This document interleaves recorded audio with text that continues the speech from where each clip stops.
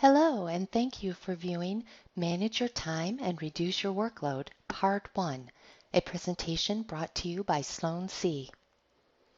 We know how busy you are, so we want to provide you with some strategies and techniques to help you save time and reduce your workload. These tips and strategies come from experienced online teachers who have tested and refined their strategies over the years. We think you will find them extremely practical and valuable. Whether you teach face-to-face, blended, or online courses, good teaching takes time. As face-to-face teachers, most of us already have strategies in place to reduce workload and save time. However, in the online and blended learning environments, many of those strategies don't work well. So it is time for some new strategies. In part 1 of this presentation, I will share with you some time-saving and workload-reducing strategies that you can use as you are developing and organizing your course. Then, in part 2, I'll move to tips and strategies to help you save time and reduce your workload while you are actually teaching your course. Time management and workload reduction begin with your course development and organization. It is really easy to focus on just one aspect of a course, what your students will be doing with their time, for example, and to forget to consider your time and your workload. So, the key idea is, as you're developing your course, consider all aspects of your course in light of not only content and objectives, but also your time and workload.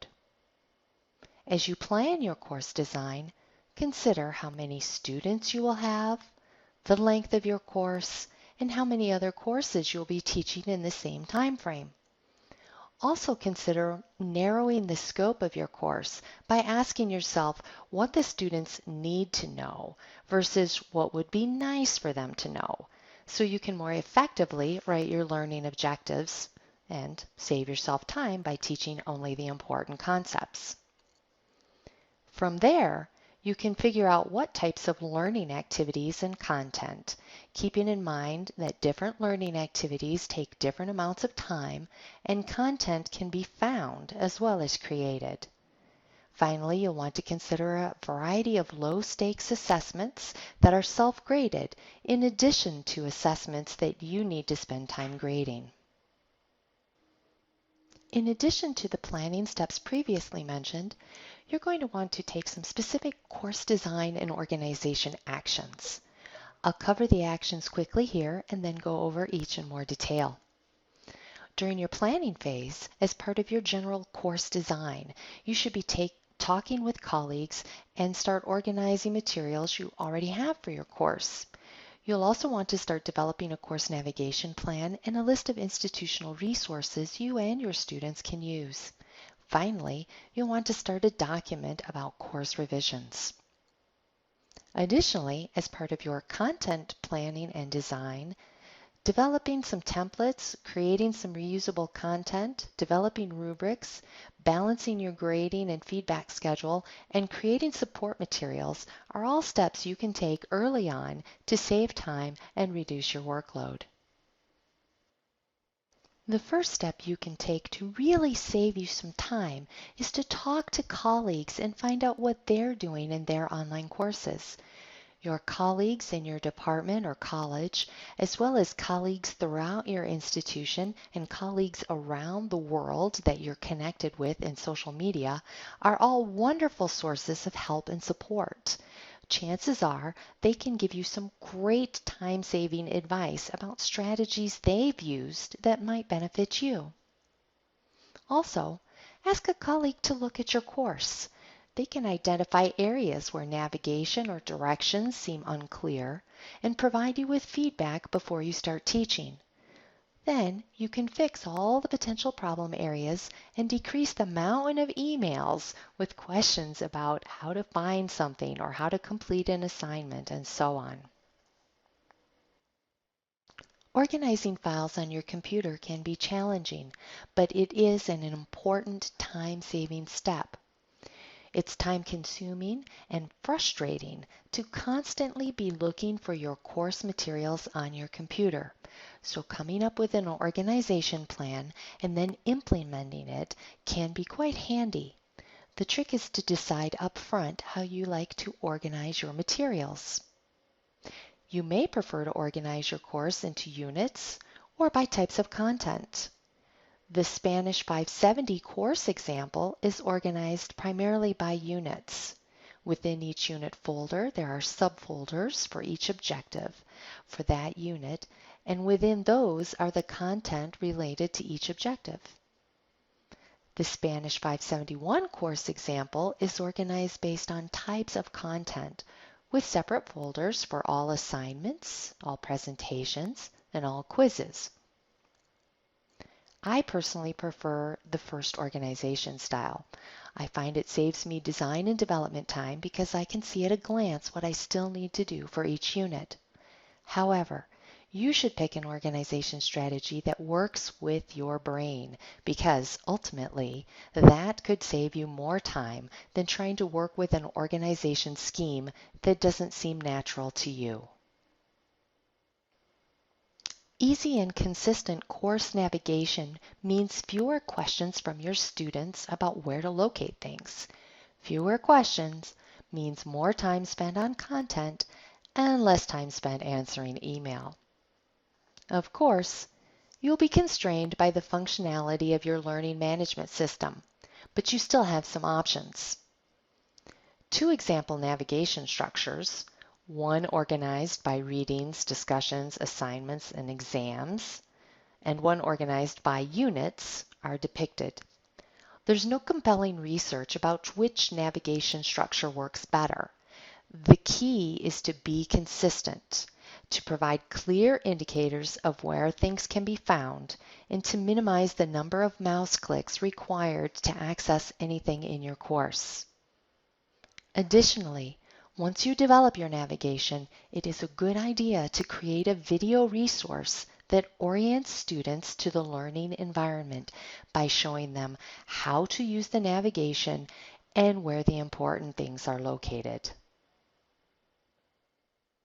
You are the content expert in class. However, there will be times when students have questions that others are in a better position to answer more effectively or efficiently.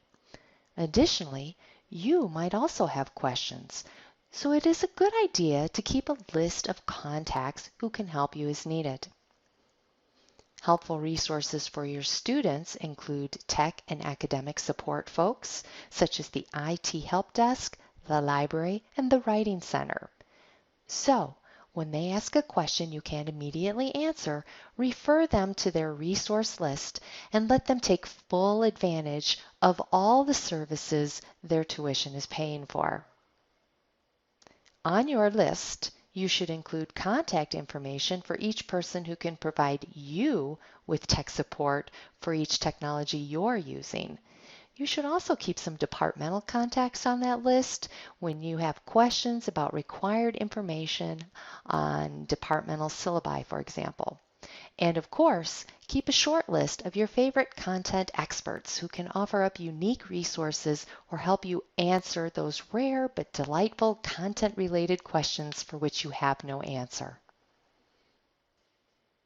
Throughout the course design and facilitation, you will undoubtedly become aware of possible revisions you will need to make to your course the next time you teach it. Instead of relying on your memory or scattered notes, keep a document with a running list of notes. It will save you time by making your course design and facilitation more efficient, and it will also save you time by reminding you to keep track of things based on time and work that they require.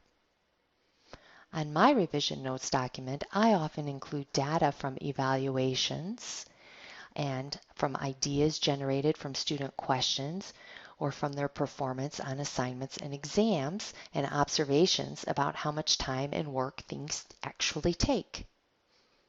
Of course, I'm also going to know what worked really well so I can duplicate that in the future. Often, we notice what doesn't work and spend lots of time fixing those things, without recognizing what does work and saving ourselves time and work by keeping those things in our course. Templates are an excellent time-saving and workload reduction strategy. They help you remember what needs to be included, and they are already organized and styled so you don't have to spend time worrying about formatting. Additionally, templates help with consistency, and consistency reduces the number of student questions, which also saves you time. The examples on this screen show easy to create templates. They are merely Word documents with headings and brief notes on what to include in each section. Each template, for example, includes section headers for everything I want to remember to include, and then notes in brackets to remind me exactly what types of information to include in that section. I simply use the Save As feature to save this document with the course name into my folder structure on my computer and then fill out the information. Of course, you can create more elaborate templates or use different tools to create them. The choice is yours. However, the key idea is that templates can save you time. When possible, create content that can be used in multiple courses across multiple semesters and aim for content that can be distributed in multiple ways. Content that can be used in multiple courses is content that is devoid of course titles or numbers and that doesn't reference specific assignments. For example, let's say you're teaching a history of the American Revolution and also U.S. history. You create a presentation for the history of the American Revolution about key events during that period. Now, if you remember to not mention the course name or any specific assignments, then you could also use that same presentation in your U.S. history course with no problem. The same is true of creating content for use across multiple semesters. If you avoid specific course names, assignment deadlines, and other very specific semester information, you will be able to reuse that content in the following semesters with no problem. Finally, when possible, try to create content that can be easily reused in different contexts. For example, I create HTML, MPEG-4, and MP3 content because not only can I add that content to my learning management system, I can also easily put it anywhere on the web for access by anyone I wish. Or, if necessary, I can move it easily to another learning management system with absolutely no changes required. By creating reusable content, you can really save yourself time and reduce your workload immensely. Well-defined rubrics can save you time by communicating expectations clearly and also by reducing the time it takes you to provide feedback and grading. A rubric that has good criteria and highly descriptive levels of performance communicates your expectations for specific assignments. This will help reduce the number of questions you get about what is expected on an assignment. Additionally, since the level of performance is clearly described, they become a strong form of feedback to the students about exactly what they did right or what they need to improve. A really excellent strategy for the use of rubrics is to have students do draft assignments where you use the holistic rubric for quick assessment, and then use the analytic rubric on their final product for more refined and detailed assessments of each criteria. This saves you time because you're balancing your feedback workload. Grading and feedback are supported by research as being extremely critical to student success. Of course, grading and feedback also take time. As you're designing and organizing your course, you should consider balancing your grading and feedback work, both within one course and across multiple courses you may be teaching that semester. For example, you may want to organize a course so that assignments turned in by students will be every other week or every third week, allowing for peer or self-assessment activities to take place between those times. And when you are teaching multiple courses during a semester, it helps to use a table or spreadsheet to note when major grading activities will be happening in each course, and then try to organize your courses so you don't end up grading major assignments in the same week in 4 different courses. This will help balance your workload, and in combination with rubrics and other strategies, will save you time. Support materials for your students not only help your students, but they save you time and work in the long run because they cut down on the number of questions you have to answer. Easy support materials to create include course orientations, tech tips or tutorials, and even assignment examples. A course orientation video that demonstrates how to get around in the course and shows where things are located can really save you time because it can answer a lot of questions students initially have when they enter your online course for the first time. This is especially true if you require them to view the orientation and you give them a quiz over the contents of that orientation. Tech tips, especially in video format, are also time savers because they provide support to students about using specific features in your learning management system that you use for the course. Instead of answering the same "how do I reply to a discussion forum" question or "how do I submit my assignment" question for multiple students using emails or forums, you can answer those questions once in a tutorial and make sure your students know where to locate that info. FAQs, or frequently asked questions, can be a great way to save time. As you prepare your class, think about potential questions students ask or have asked in the past.